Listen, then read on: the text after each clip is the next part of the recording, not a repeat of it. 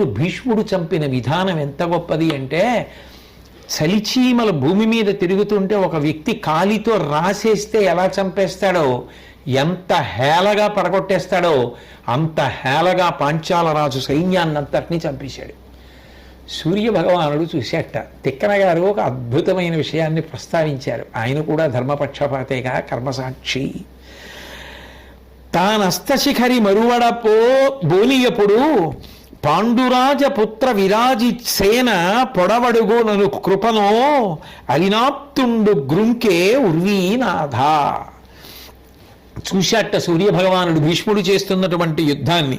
తానస్త శిఖరి మరువడబోనియప్పుడు, తాను కానీ అస్తమించకపోతే ఈ యుద్ధం ఆగదు. సూర్యాస్తమయం అయితేనే యుద్ధం ఆగుతుంది, భీష్ముడు ఆగుతాడు.